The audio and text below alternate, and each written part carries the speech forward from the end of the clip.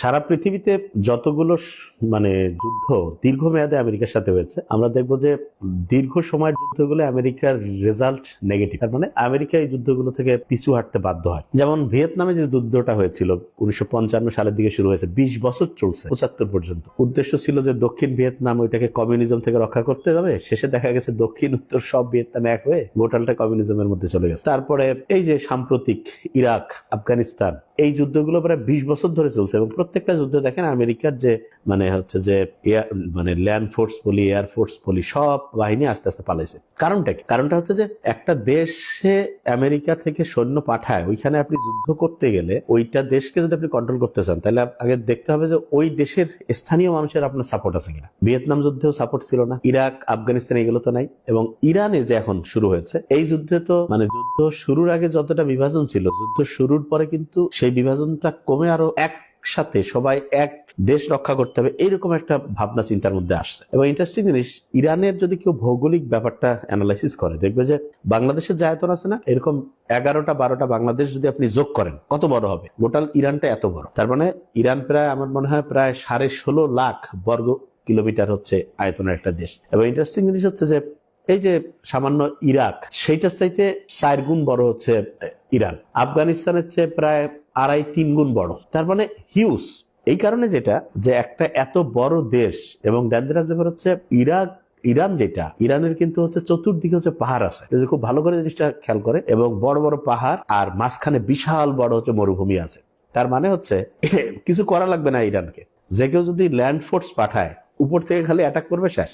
এবং ওইখানে ন্যাচারালি অনেক হচ্ছে যে মানে বাংকার আছে, ন্যাচারালি ওরা তো বানিয়েছে, এবং পাহাড়ের মধ্যে মানে পথঘাট কোনোটাই হচ্ছে যে বিদেশি কোন শক্তি, সম্ভবত 4,500 বছর ধরে হইল, বিদেশের কেউ কিন্তু ইরানকে যে কন্ট্রোল করে জয়লাভ করে মানে একেবারে পুরাটা হচ্ছে যে শাসন কন্ট্রোলে নিছে, এরকম কিন্তু করতে পারেনি। কারণ ওর মানে ভৌগোলিক অবস্থানটা এমন যে এইখানে বাহির থেকে কেউ যে ওইখানে হচ্ছে যুদ্ধ করে টিকতে পারবে না। এটা খুব ডেঞ্জারাস। এবং দেখেন যে ইরানের মানুষজন, তাদের যে মানে মানুষদের যে আইকিউ, এটা সারা পৃথিবীর অন্য যে কোনো দেশের মানুষদের আইকিউ চেয়ে তুলনামূলক ভালো। মানে বিশেষ করে মুসলমান আমরা যারা আছি তাদের মধ্যে ইরানের মুসলমানদের কিন্তু মানে ইন্টেলিজেন্ট কোশেন্টের যে ব্যাপারটা, এটা বেশ ভালো। এবং তারা কিন্তু হচ্ছে তাদের এই যে মানে মর্যাদাটা ধরে রাখার জন্য তাদের যে আকাঙ্ক্ষা, তারা কিন্তু এই যে আমরা যেমন ঠিক আছে জীবনের মায়া তো সবারই আছে, কিন্তু আমরা যেমন মৃত্যুটাকে যতটা ভয় পাই, ওরা কিন্তু হচ্ছে মানে মরতে ততটা হচ্ছে স্বাচ্ছন্দ্য বোধ করে। এই জন্য দেখেন যে ইরানের মানুষজন মানে আমেরিকার সাথে কিন্তু কোনো রকমের নেগোসিয়েশনের কোনো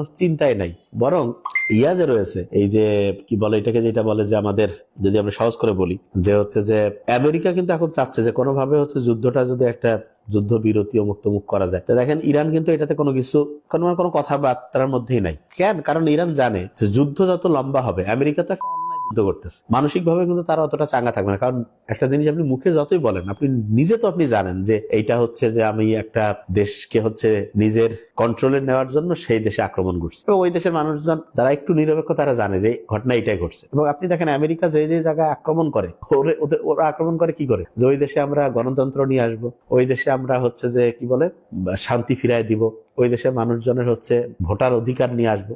অথচ দেখেন আমেরিকার প্রেসিডেন্ট যে হয়, বিশেষ করে ট্রাম্প হওয়ার পরে কিন্তু প্রথম যায় হচ্ছে সৌদি আরবে। সৌদি আরবে কি গণতন্ত্র আছে? এবং দেখেন সে যায় কি করে, বড় বড় কাগজ নিয়ে যায় ডিল করে আসে। তার মানে এটা হচ্ছে একটা মানে এই যে সাদাবাজি যে আছে না, সাদাবাজ রাষ্ট্রের মতো কাজ করে। এবং বিভিন্ন জায়গায় যে হচ্ছে দেখেন তারা যুদ্ধ করার জন্য বিভিন্ন হচ্ছে বেস খুলে রাখছে, সেই জায়গাগুলো হচ্ছে যে আমেরিকার হচ্ছে ঘাঁটি করে রাখছে। হ্যাঁ, দেখেন সারা দুনিয়ার সবচেয়ে বেশি ঘাঁটি কার? আমেরিকার। তার মানে মারামারি করার জন্য ওই যে যেমন এলাকায় বিভিন্ন জায়গা আছে না, ওই যে লাঠিয়াল বাহিনী পুষে, এরা হচ্ছে এরকম বিভিন্ন জায়গায় আমেরিকার লোক মানে হচ্ছে ওই ওদের যে হচ্ছে যারা হচ্ছে যে ডিফেন্সের সাথে জড়িত, তাদেরকে দিয়ে হচ্ছে বিভিন্ন বেস কন্ট্রোল করে। তার মানে একটা জাতি মানে এর মূল কাজ হচ্ছে যুদ্ধ করা, এবং এই যুদ্ধের জিনিস বিক্রি করা। এই জন্য বিভিন্ন জায়গায় যে গ্যাঞ্জাম লাগায় দেয়। তাই জিনিসটা বলতেছিলাম যে যুদ্ধ যত দীর্ঘমেয়াদে হবে, দীর্ঘমেয়াদে সবগুলো যুদ্ধে কিন্তু আমেরিকা হেরে যায়। যেমন ক্রিকেট খেলা আসলে অনেকে T20 ভালো খেলে, 50 ওভারে আবার নাও খেলতে পারে, আর টেস্টে হেরে যাবে। আমেরিকা হচ্ছে লম্বা হইলে হারবে। এবং ইরানে তো নিশ্চিত, অনেকে বুঝতেছে না, মনে করতেছে হ্যাঁ ইরানকে মেরে শেষ করে। দেখেন মেরে আপনার এটা মনে হইতে পারে যে আমেরিকার তো মাত্র কয়েকজন সৈন্য মূল্য করলো। দেখেন যে আমেরিকা হচ্ছে যে সুপার পাওয়ার হচ্ছে, মানে যুদ্ধাস্ত্র বলি, টেকনোলজি বলি, সব ঠিক আছে, কিন্তু ইথিক্সের দিক থেকে, মোরালিটির দিক থেকে তারা এখন জিরোতে। এবং এই কারণে আপনার যখন মানসিকভাবে আপনি যখন খুব নিচের অবস্থানে থাকেন, তখন কিন্তু আপনি যুদ্ধতে কিন্তু মানসিক ব্যাপারটা খুব ইম্পর্টেন্ট। এই মানসিক দিক থেকে আমেরিকা যেহেতু পিছিয়ে আছে, সে কিন্তু এই যুদ্ধটা দীর্ঘমেয়াদে করতে পারবে না। লিখে রাখেন, যত লম্বা সময় চলবে আমেরিকা নিজেই দেখবেন বিভিন্ন ভাবে সে মানে হচ্ছে যে বলবে যে হ্যাঁ আমাদের উদ্দেশ্য পূরণ হয়ে গেছে, আমরা এখন হচ্ছে যে এইটা হচ্ছে যে আমরা চাই যে হচ্ছে যে মানুষজন শান্তিতে ফিরে আসুক, আমরা মানে একটা যে কোনো আল দিয়ে পালাই যাবে বলে রাখেন, লিখে রাখেন, পারবেন। আর ইরান এটা ভালো করে জানে যে আমেরিকা লম্বা সময় তার সাথে যুদ্ধ করতে পারবে না। এই জন্য ইরান এখন যেটা এই যুদ্ধে এই অবস্থায় যে একটা ভালো ডিলস করে সে হচ্ছে এই যুদ্ধ থেকে হচ্ছে থামবে। তার মানে এই যে ওকে যে স্যাংশন দিচ্ছেন, ইয়া করছেন, এখন ইরান সত্যিকার অর্থে, কারণ তাক তো আপনি অর্থনৈতিকভাবে আগের থেকেই পঙ্গু করে ফেলছেন, এখন তার হাইয়েস্ট যত বড় বড় লিডার আছে মনে করছে এদেরকে মেরে দিব সবাই হচ্ছে ইয়া হয়ে যাবে, না না, ওইটার হচ্ছে যে ওই দেশের মানে মানুষজন হচ্ছে যে ওই যে শাহাদাত, হ্যাঁ জিহাদ, এইটার ভিতরে কিন্তু খুব মারাত্মক ভাবে হচ্ছে যে মন থেকে ওরা ধারণ করে। এবং মন থেকে যখন কেউ ধারণ করবে, কেউ যে মৃত্যুকে ভয় না করে, তাহলে তার সাথে আপনি কোনো অস্ত্র দিয়া পাবেন না। এবং এই জিনিসটা, কারণ ইরানের হারানোর কিছু নেই, সে তার দেশের জন্য সে জানে আমি মরলে আমার হচ্ছে যে কি হবে, আমি দেশের জন্য জীবন দিচ্ছি। কিন্তু যে আক্রমণ করে সে কিসের জন্য? তেলের জন্য জীবন দিব? আমি হচ্ছে এক দেশের হচ্ছে যে সম্পদ চুরি করতে যাতে পারি এই জন্য আমি যুদ্ধে যাই, আমি জীবন দিলাম। এটা মনের দিক থেকে ওই শক্তিটা আসে না, সত্যি কথা। আপনি নিজে চিন্তা করেন, আপনি কখন জীবন দিবেন যে হ্যাঁ আমি আমার ফ্যামিলি বাঁচানোর জন্য কিংবা আমি দেশকে রক্ষা করার জন্য। কিন্তু আপনার যদি কয় যে একজনের কাছ থেকে 500 টাকা চুরি করে আনো, এটার জন্য তুমি জীবন দিবা, কাজে না এটা কেন দিব, আমি একটা অন্যায়ের জন্য, মন আপনার চাবেন। তো এই ব্যাপারটা আছে। এবং দেখেন যে আপনারা মোহাম্মদ আলীর নাম শুনছেন তো, সারা দুনিয়ার সর্বশ্রেষ্ঠ একজন হচ্ছে ওই যে বক্সিং চ্যাম্পিয়ন, উনি কিন্তু ভিয়েতনাম যুদ্ধে অংশ নিতে হচ্ছে বাধা মানে হচ্ছে অস্বীকার করছে। কেন? বলছে অন্যায় যুদ্ধে আমি যাবো না। তা এইটা খুব ইন্টারেস্টিং জিনিস। তার মানে অন্যায় যুদ্ধের সাথে কেউ জড়াইতে চায় না। এবং আমরা যদি ইতিহাসটা ভালো করে দেখি যে আমেরিকা এই ইরানের আক্রমণ, আমার মতে মানে আমরা যতটুকু বুঝি সেটা হচ্ছে যে আমেরিকার যে মানে সুপার পাওয়ারের যে শক্তির যে শেষ, এইখান থেকে মোটামুটি আপনি ধরেন যে শুরু হয়ে যাবে।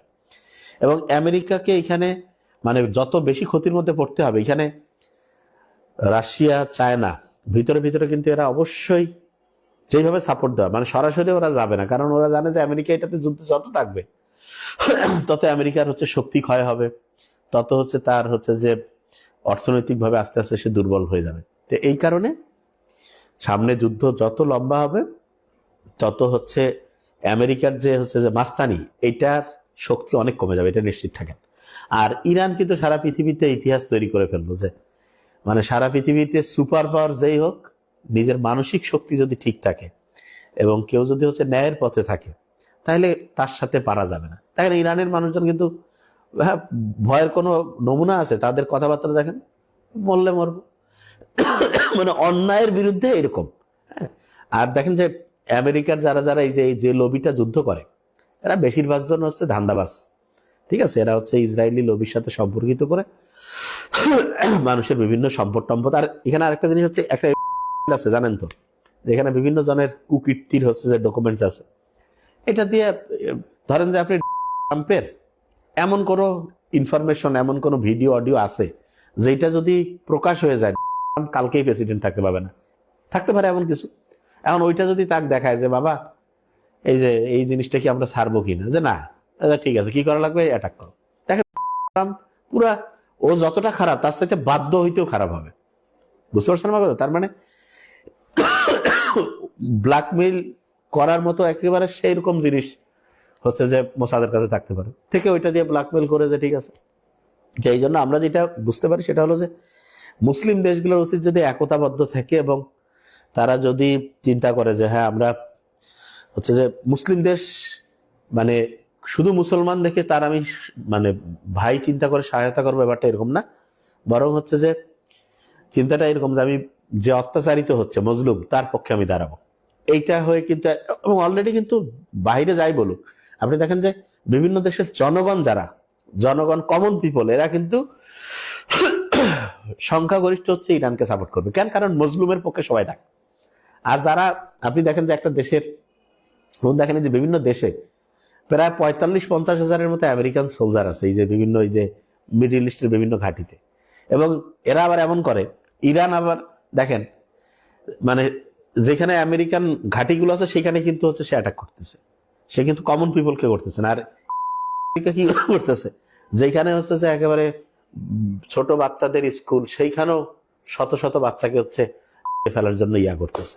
তাহলে এই জিনিসটা খুব ইন্টারেস্টিং। তা আমার মনে হয় যে আল্লাহ হচ্ছে যে ইরানের মানুষজনদেরকে আরো হচ্ছে যে ধৈর্য এবং সাহস যেটা দিয়েছে সেটা আরো বজায় রাখুক, এবং আমেরিকারও যারা মানুষজন তাদেরও একটু বিবেক থাকা উচিত যে আমরা কোন রকম মানুষকে প্রেসিডেন্ট বানাইছি, যে হচ্ছে যে একটা দেশে এরকম 2 নাম্বারই করতেছে এবং মানুষজনকে এই যে অন্যায়ভাবে করে মানে হচ্ছে আক্রমণ করে হচ্ছে জীবন ধ্বংস করতেছে। আমার মনে হয় আমেরিকার যারা নিরপেক্ষ মানুষজন তারা তো এটার বিরোধিতা করতেছে, এবং যাদের একটু বিবেক আছে প্রত্যেকে এটা বিরোধিতা করে। খেয়াল রাখতে হবে, আমরা ইরানের পক্ষে মুসলমান দেখে আমি এটা বলি না। ইরান হচ্ছে মজলুম, এই কারণে তার পক্ষে আমাদের যাইতে হবে। বুঝতে পারছেন আমার কথা? এখানে গুরুত্বপূর্ণ বিষয় মুসলমান যতটা তার চেয়ে অনেক বেশি হচ্ছে কে অত্যাচারিত হচ্ছে। ইসলামের কিন্তু নিয়ম হচ্ছে যে ইনসাফ করতে হবে সবার সাথে, এইটা যাতে হচ্ছে ইরানের সাথে হয়।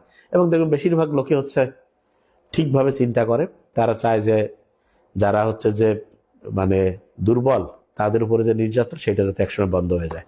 তা আল্লাহ ইরানকে হেফাজত করুক। আর যুদ্ধ যত দীর্ঘ হবে খেয়াল রাখবেন আমেরিকার পরাজয় তত নিশ্চিত। Thank you so much. আসসালামু আলাইকুম।